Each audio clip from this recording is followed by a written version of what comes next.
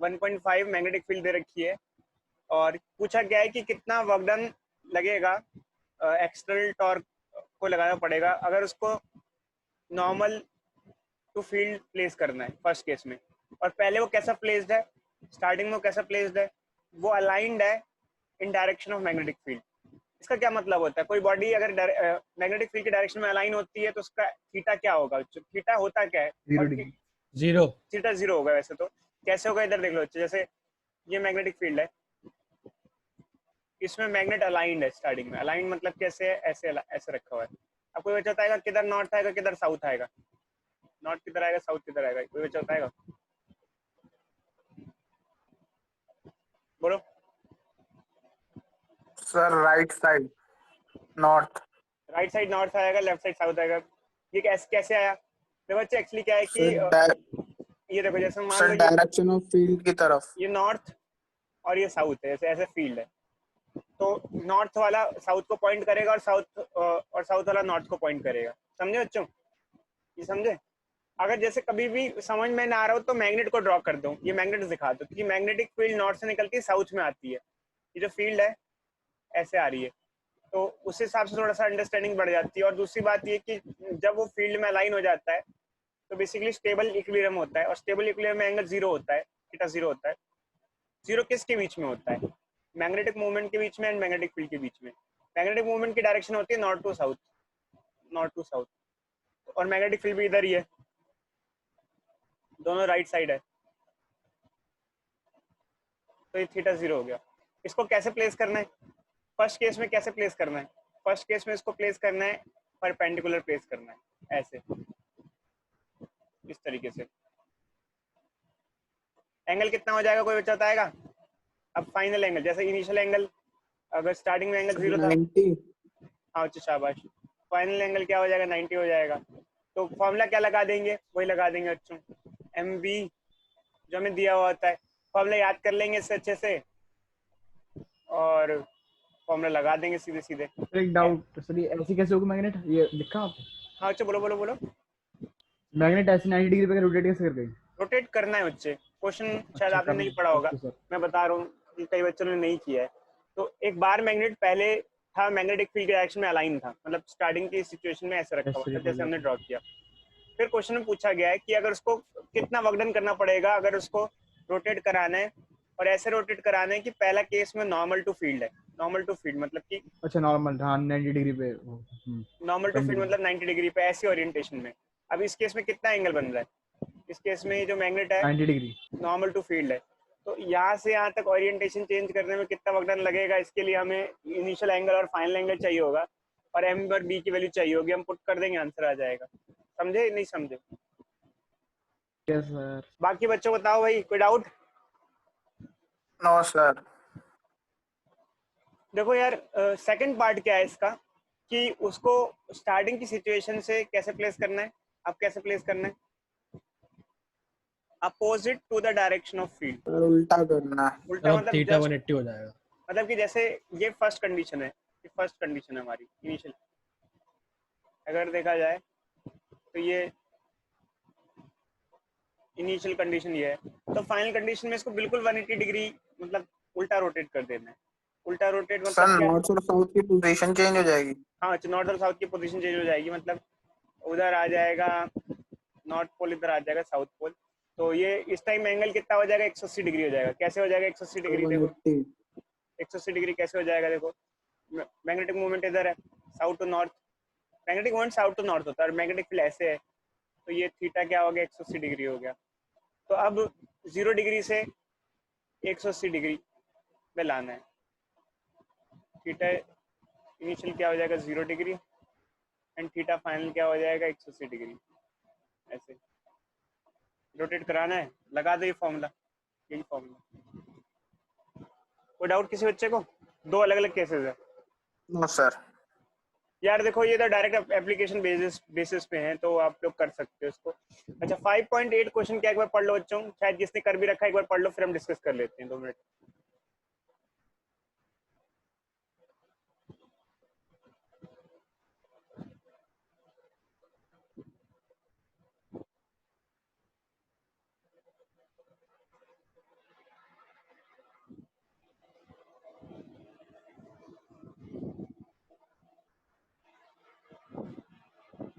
पढ़ लिया? Yes sir, पढ़ दिया क्या है, चलो ये आप ही बताओ अच्छे शिवांश, सर। क्या है? मैग्नेटिक मोमेंट निकालना है सर। हमारे को एन दे रखा है, आई दे कैसे रखा है, कैसे एरिया क्रॉस निकालोगे, सेक्शन में दे कैसे निकालोगे रखा है। M magnetic equal moment? To I N I. Magnetic movement होता है NIA। तो सबसे पहले सोलेनॉइड का मैग्नेटिक मूवमेंट निकालना है, फिर क्या करना है? फिर क्या करना है बताओ, त्रिमंदी सर उसके बताओ, बाद फोर्स फिर निकालना। क्या करना है? त्रिमंदी बताओ फिर क्या करना है? Tau sir force. फोर्स निकालना है। तो हमने पढ़ रखा है बच्चों, जब करंट कैरिंग कॉइल सोलेनॉइड या कोई भी रखा हो तो उसमें फोर्स नहीं लगता है, टॉर्क जरूर लगता है। और टॉर्क कितना लगता है? MB MB sine sine sine. Theta. तो जो टॉर्क का फॉर्मूला होता है, जैसे ये कैसे फॉर्मूला आया? ये वैसे फॉर्मूला आया जैसे हम फर्स्ट चैप्टर में पढ़ते थे, टॉर्क होता है PE sine theta. PE sine theta वहां था, यहाँ MB साइन थीटा है। क्यों? एक्चुअली क्या है, मैंने बताया था बच्चों, यहाँ एनालॉगस रिलेशन है, ये हमने डिराइव नहीं किए हैं, ये वहीं से देख के लिख रहे हैं। वहां पर इलेक्ट्रिक डाइपोल हुआ करता था और यहाँ मैग्नेटिक डाइपोल है। इलेक्ट्रिक डाइपोल में इलेक्ट्रिक फील्ड थी, मैग्नेटिक डाइपोल में मैग्नेटिक फील्ड है। इलेक्ट्रिक डाइपोल में इलेक्ट्रिक डाइपोल मूवमेंट होता है P, और मैग्नेटिक डाइपोल में मैग्नेटिक डाइपोल मूवमेंट होता है M। कोई डाउट किसी बच्चे को? No sir. No sir. ठीक है, यहाँ पे मैग्नेटिक डाइपोल मूवमेंट हो गया M। अच्छा, अब क्या है, इफ अ यूनिफॉर्म, अच्छा इसमें टॉर्क पूछा हुआ है तो टॉर्क निकाल लेंगे बच्चों, MB साइन थीटा लगा देंगे, टॉर्क आ जाएगा। ठीक है, सर फोर्स 0 है। फोर्स नहीं रहता ना, करंट कैरिंग कॉइल या लूप अगर मैग्नेटिक फील्ड में रखा हो, यूनिफॉर्म फील्ड में रखा हो, तो उस पर कोई फोर्स नहीं लगता।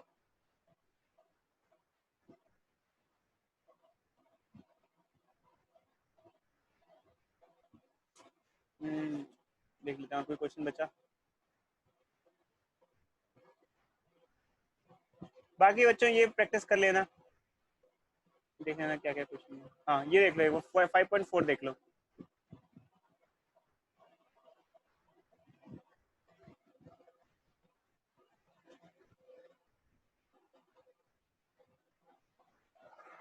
अगर आप लोगों को ये टॉपिक समझ में ना आए तो मैं बच्चों बताता रहा हूँ, इसको वैसे ट्रीट करना है जैसे इलेक्ट्रिक डाइपोल पढ़ा था। इलेक्ट्रिक डाइपोल जैसे पढ़ा था वैसे ही आप इसको ट्रीट करोगे, हो जाएगा। नेक्स्ट क्लास में आपका टेस्ट है बच्चों 4th चैप्टर का, मैं वीडियो अपलोड कर दूंगा, अभी रिवाइज कर लेना। बाकी मेरी वाली वीडियो से अच्छा जो बोर्ड वाली वीडियो है जो मैंने रिकॉर्ड की है वो देखना जरूर।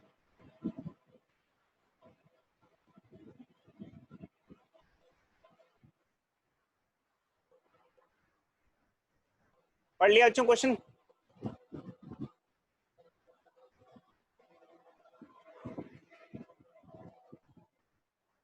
Hello hello hello. पढ़ लिया सर, पढ़ लिया। देखो बच्चों, हमने स्टेबल इक्विलिब्रियम और अनस्टेबल इक्विलिब्रियम यहाँ नहीं पढ़ा है, एक्चुअली पढ़ाया ही नहीं मैंने आपको। मैंने और आपको इलेक्ट्रिक डाइपोल में था। डाइपोल में पढ़ाया था। तो मैंने आपको बताया था उस टाइम पे, जब एंगल 0 डिग्री होता है तो स्टेबल इक्विलिब्रियम होता है, और जब एंगल 180 डिग्री होता है तो अनस्टेबल होता है। यहाँ पर भी एक्चुअली ऐसा ही होता है बच्चों, जब कोई एक मैग्नेट मैग्नेटिक फील्ड में रखा होता है तो भी स्टेबल और अनस्टेबल इक्विलिब्रियम हम डिस्कस करते हैं। तो स्टेबल अनस्टेबल कब कब होता है, जैसे जैसे किसी सिचुएशन में यहाँ पर है, ये ऐसा रखा हुआ है, तो यहाँ एंगल कितना है 0 डिग्री। किसके बीच में एंगल लेते हैं हम? एंगल लेते हैं हम M एंड B के बीच में, magnetic movement and magnetic field के बीच में। मैग्नेटिक मूवमेंट की डायरेक्शन जो होती है वो साउथ टू नॉर्थ होती है। ध्यान रखना बच्चों, कई बार बच्चे कंफ्यूज हो जाते हैं। आमतौर पर magnetic field north to south होती है, but magnetic movement south to north होता है। तो यहाँ पर वो भी राइट में और मैग्नेटिक फील्ड भी राइट में, तो एंगल 0 डिग्री है। और पोटेंशियल एनर्जी वहां होती थी -PE cos थीटा, यहाँ होती है -MB cos थीटा। समझ में आ रहा है बच्चों या नहीं आ रहा? यहाँ पोटेंशियल एनर्जी होती है -MB cos थीटा। तो अगर आप एंगल पुट करोगे तो ये -MB cos 0 हो जाएगा, 1 हो जाएगा। cos 0 की वैल्यू 1 हो जाएगी और पोटेंशियल 1 हो एनर्जी जाएगा। मिनिमम होगी -MB। तो अगर आप मुझसे कोई पूछे कि किस ओरिएंटेशन में मैग्नेट स्टेबल इक्विलिब्रियम में होता है, तो जब 0 डिग्री का एंगल होता है तो स्टेबल इक्विलिब्रियम होता है। ऑल द नोट्स में हमने मेंशन किया हुआ है बच्चों, यहाँ पे दे रखा है, देख सकते हैं, प्रिंट तो हो चुका है, अब आपको ये मिल भी जाएगा। ठीक है, ये स्टेबल इक्विलिब्रियम की कंडीशन है, और ये साउथ नॉर्थ है, ये थीटा 0 डिग्री हो जाएगा यहाँ पर। ठीक है, और यहाँ पर देखो ये magnetic movement south to north हो जाएगा, मतलब मैग्नेटिक मूवमेंट लेफ्ट साइड हो गया, मैग्नेटिक फील्ड राइट साइड हो गई, थीटा कितना हो गया 180 डिग्री हो गया। और ये अनस्टेबल इक्विलिब्रियम की कंडीशन है।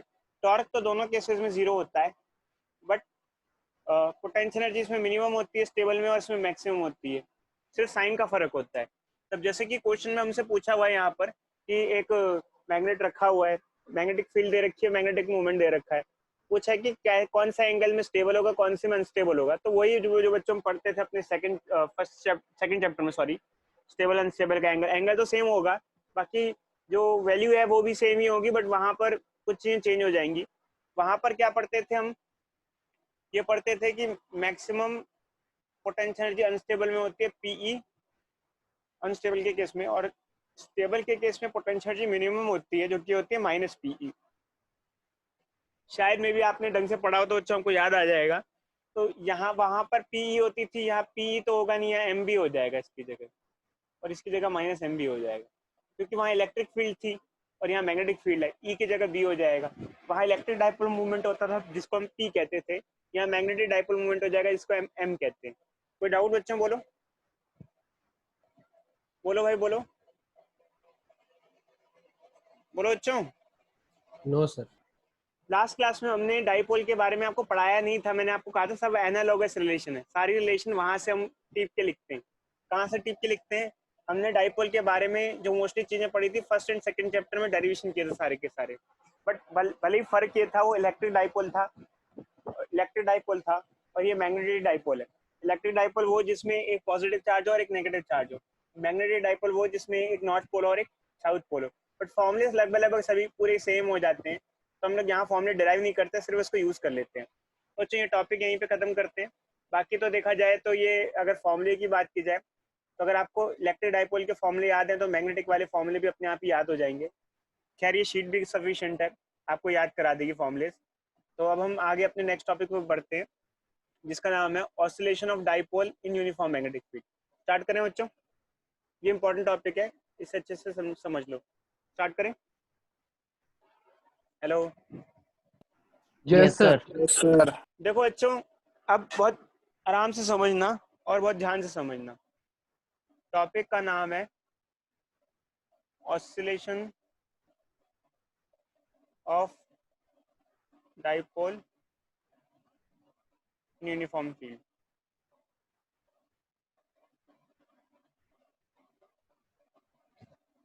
अगर हमारे पास कोई डाइपोल है, वो स्टेबल इक्विलिब्रियम में रखा हुआ था, जैसे ऐसे रखा हुआ था। स्टेबल इक्विलिब्रियम कैसे? ऐसे ऐसे, ठीक है। अभी तो कोई टेंशन नहीं है, रखा है तो रखे रहने देगा, बट आपने क्या किया, छेड़ दिया।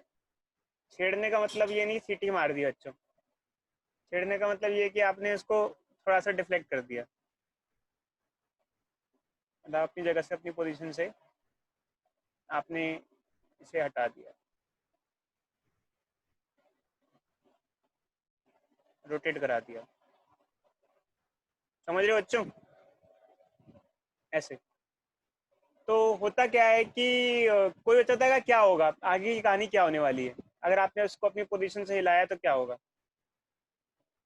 टॉर्क लगेगा और रोटेट करेगा। टॉर्क लगेगा। टॉर्क लग के क्या करेगा? वो टॉर्क क्या करेगा?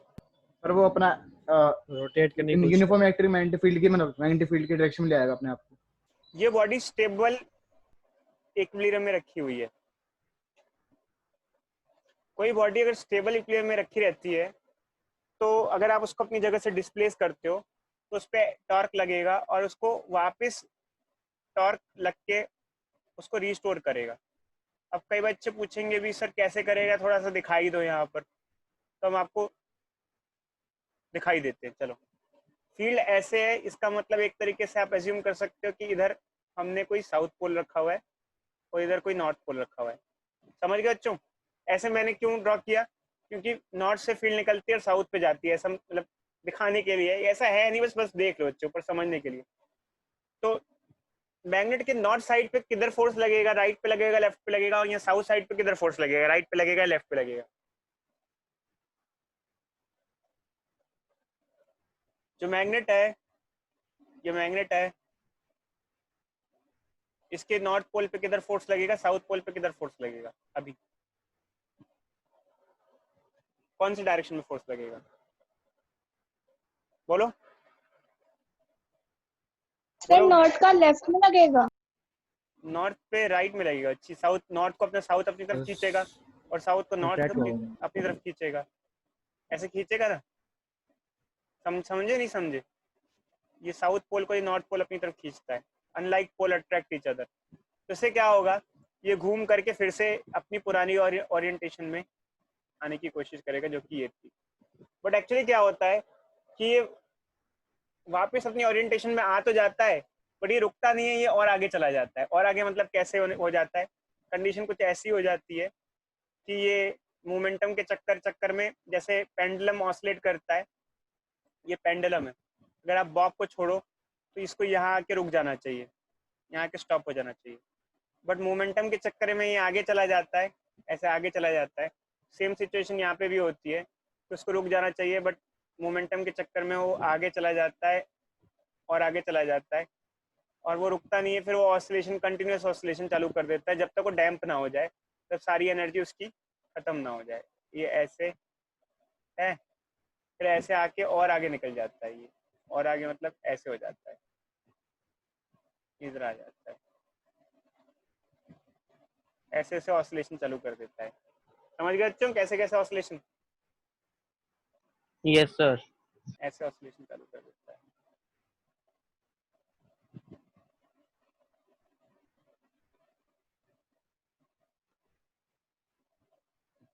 इस तरीके से ऑसिलेशन चालू कर देता है, टू एंड फ्रो। अब एक्चुअली क्या होता है कि ये तब तक डैम्प नहीं होगा। डैम्प मतलब कि रुकेगा नहीं, एक तरीके से सारी एनर्जी खत्म नहीं होगी जब तक एनर्जी डिसिपेट ना हो जाए। जैसे पेंडुलम है, थोड़ी देर तक तो ऑसिलेट करता ही रहेगा, ये भी ऑसिलेट करता ही रहता है। काफी देर बाद जाके रुक जाएगा, और फिर बस रुक जाएगा तो रुक जाएगा। बट हमारा क्या काम है इसके अंदर? आपको ऑसिलेशन तो समझ में आ गया, जो कारण क्यों, किस कारण होती है ऑसिलेशन? हेलो, यस सर देखो एक्चुअली क्या होता है, जब कभी हम कोई कॉन्सेप्ट समझते हैं तो पहले हम उसके बारे में बताते हैं कि होता क्या है। जैसे अगर आपने उसको स्टेबल इक्विलिब्रियम से डिस्टर्ब किया तो ये वापस अपनी जगह आएगा, रुक नहीं पाएगा, मोमेंटम गेन कर लेगा, फिर वह आगे चला जाएगा, फिर वापस अपनी जगह पर आने की कोशिश करेगा, फिर मोमेंटम गेन के चक्कर में और आगे निकल जाएगा, तो कंटिन्यूस ऑसिलेशन चालू कर देगा। एक चीज का ध्यान रखना बच्चों, जब कभी हमसे कोई पूछे कि कोई बॉडी ऑसिलेट करना क्यों चालू कर देती है, तो आप उसको स्टार्टिंग से समझाओगे कि जब आप एक बॉडी को अपनी मीन पोजीशन से डिस्प्लेस करते हो, जैसे कि पेंडुलम में, पूरा डिटेल में समझाओगे तब कॉन्सेप्ट क्लियर होता है। डिटेल में कॉन्सेप्ट क्या होता है कि जब आप एक बॉडी को अपनी मीन पोजीशन से डिस्टर्ब करते हो, ठीक है, तो और छोड़ देते हो, तो वापस अपनी मीन पोजीशन की तरफ बढ़ता है। बट मीन पोजीशन के आने के बावजूद वो, उसकी सारी एनर्जी खत्म नहीं होती है, क्योंकि आपने जो स्टार्टिंग में उसको जब डिस्प्लेस किया था तो आपने कुछ पोटेंशियल एनर्जी दी थी इसको, और एनर्जी खत्म नहीं हुई है, तो उसके चक्कर में और आगे चला जाता है। समझे नहीं समझे बच्चों? बोलो हेलो, हेलो। यस सर समझ रहे हैं। तो और आगे चला जाता है, फिर वो राइट उधर डिस्प्ले हो जाता है, फिर वो वापस आने की कोशिश करता है, फिर वो वापस ले जाता है। जब तक उस पेंडुलम की एनर्जी आप एक्सटर्नली ले ना लो, अपने हाथ से ना रोको, या फिर डैम्प ना हो जाए, एयर वगैरह उसकी एनर्जी ना खींच ले, तब तक वो रुकेगा नहीं, क्योंकि उसके अंदर एनर्जी स्टोर्ड हो जाती है। आपने एनर्जी दे दी स्टार्टिंग में, उसकी वजह से वो ऑसिलेशन करता ही रहेगा। अगर एनर्जी आप उसकी ना निकालो सिस्टम से बाहर, तो इनफाइनाइट टाइम तक, हजारों करोड़ों साल तक ऑसिलेट करता रहेगा, रुकेगा ही नहीं। तो यहाँ पे भी सेम सिचुएशन ही है कि आप उसको डिस्प्लेस करा देते हो, ऑसिलेशन चालू कर देता है, और जब तक अगर डैम्प ना हो या उसको रोका ना जाए तो तक वो रुकेगा नहीं। बट हमारा काम है बच्चों यहाँ पे टाइम पीरियड ऑफ ऑसिलेशन निकालना। अब ये टाइम पीरियड ऑफ ऑसिलेशन क्या होता है, कोई बच्चा बताएगा? यहाँ पर टाइम पीरियड ऑफ ऑसिलेशन का क्या मतलब है?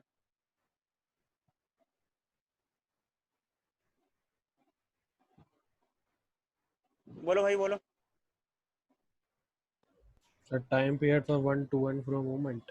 हाँ, वो एक टू और फ्रो, मतलब पूरा वापस अपनी जगह पर आने में ऐसे कितना टाइम लगेगा? जैसे ये देखो चाहिए, सर पहले किसकी वजह से रोटेट हुआ था? हमने खुद किया था। अच्छा, स्टार्टिंग में अपने आप नहीं होता है, स्टार्टिंग में हमको खुद करना पड़ता है, फिर आगे अपने आप होता है। जैसे आपने, अब जैसे आपने किया डिस्प्लेस तो वापस आया, फिर वापस वही चला गया, तो ये एक टू एंड फ्रो हो गया, टू एंड फ्रो। पहले खुद करना पड़ता है। समझिए श्रीमनदीप, यस सर। अब आप पेंडुलम को ऑसिलेट करा रहे हो तो पहले आप खुद ही अपने हाथ से डिस्प्लेस करा के छोड़ोगे ना, एक बार तो आपको करना ही पड़ेगा, अपने आप बॉडी ऑसिलेट नहीं करती है। स्टेबल इक्विलिब्रियम में बॉडी खुद रुकी हुई है तो रुकी हुई है, उसको क्या जा रहा है यार, उसको कुछ छोड़ी जा रहा है, वो ऑसिलेशन कर चालू कर देगी, आप उसको डिस्टर्ब करोगे एक बार थोड़ा सा, बोला था ना मैं स्टार्टिंग में डिस्टर्ब ओके करते सर, ओके तो sir. Time period of oscillation निकालना है। तो टाइम पीरियड ऑफ ऑसिलेशन कैसे निकालते हैं, एक्चुअली क्या होता है बच्चे, हमने जब ऑसिलेशन पढ़ाया था आपको तो बताया था कि टाइम पीरियड ऑफ ऑसिलेशन का एक फॉर्मूला होता है 2π√m/k, और फिर मैंने आपको बताया था कि यहाँ पे वैल्यूज पुट कर देते हैं तो उससे टाइम पीरियड ऑफ ऑसिलेशन निकालना आसान हो जाता है। यहाँ m था मास ऑफ बॉडी और k था स्प्रिंग फैक्टर, स्प्रिंग कांस्टेंट नहीं, स्प्रिंग फैक्टर था। और मैंने आपको ये बताया था कि एक्चुअली क्या होता है, k कैसे आता है, हम एक रिस्टोरिंग फोर्स की इक्वेशन बनाते हैं F = -kx, वहां से कंपेयर करके k की वैल्यू पुट की जाती है तो टाइम पीरियड ऑफ ऑसिलेशन यहाँ पे आता है, पुट करते हैं। अब यहाँ पर क्या है, एक्चुअली क्या होता है बच्चे, ऑसिलेटरी मोशन दो टाइप के होते हैं, एक लीनियर ऑसिलेटरी मोशन और एक एंगुलर ऑसिलेटरी मोशन। कोई बच्चा बताएगा, मैंने 11th क्लास में पढ़ाया था इसके बारे में, लीनियर ऑसिलेशन और एंगुलर ऑसिलेशन, तो बच्चा एग्जांपल देगा इस चीज।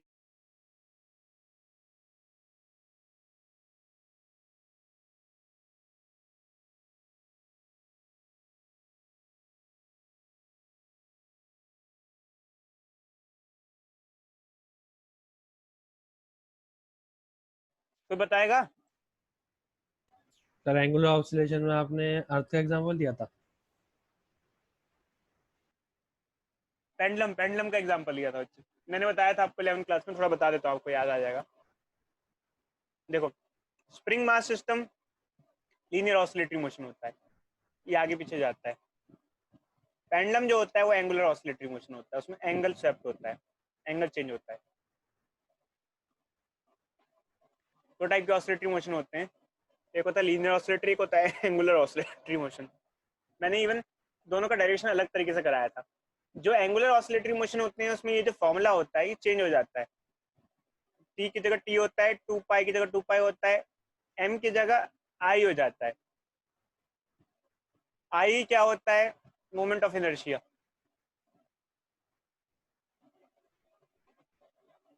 कोई बच्चा बताएगा ऐसा क्यों, वहां मास है या मोमेंट ऑफ इनर्शिया क्यों? सर टॉर्क लगेगा तो मास की जगह मोमेंट ऑफ इनर्शिया आया था ना। देखो जब मास भी एक तरीके, mass is of a body is inertia of body, mass inertia होता है। लीनियर मोशन में अगर कोई बॉडी स्ट्रेट लाइन मोशन में चलती है उस टाइम मास इनर्शिया होता है, जबकि रोटेशनल मोशन में या एंगुलर मोशन में जो इनर्शिया होता है उसको मोमेंट ऑफ इनर्शिया बोलते हैं, और यहाँ के स्प्रिंग फैक्टर होता है। बट ये जो स्प्रिंग फैक्टर होता है ये टॉर्शनल स्प्रिंग फैक्टर होता है, और ये F = -kx से नहीं आता है, ये टाउ = -k θ से आता है। अब कोई बच्चा बताएगा यहाँ पर F = -kx है और यहाँ टाउ = -θ, ये क्या चीज है? एक्चुअली क्या होता है, लीनियर ऑसिलेटरी मोशन में रिस्टोरिंग फोर्स बॉडी को वापस लाता है। जैसे स्प्रिंग में अगर बॉडी अपनी मीन पोजीशन से आगे चली जाती है तो उस पर एक फोर्स लगता है, रिस्टोरिंग फोर्स, जो कि उसको खींच के वापस लाता है ऐसे। जबकि एंगुलर ऑसिलेटरी मोशन में रिस्टोरिंग फोर्स नहीं, रिस्टोरिंग टॉर्क लगता है। समझे नहीं समझे? Hello hello. समझ यस गए सर, समझ सर। गए। एंगुलर मोशन में रिस्टोरिंग फोर्स नहीं, रिस्टोरिंग टॉर्क लगता है जो उसको रिस्टोर करता है।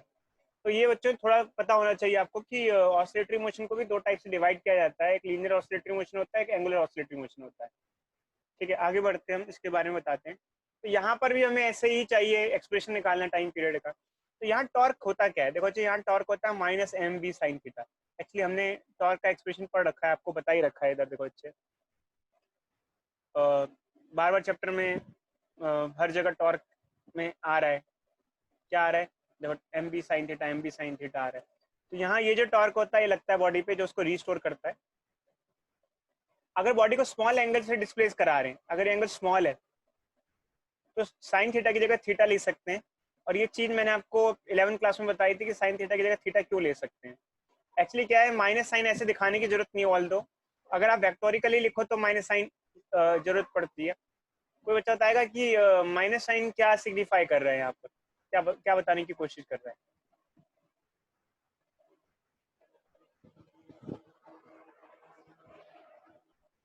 कोई बच्चा?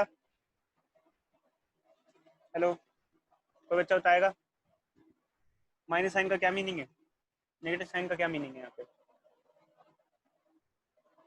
बोलो।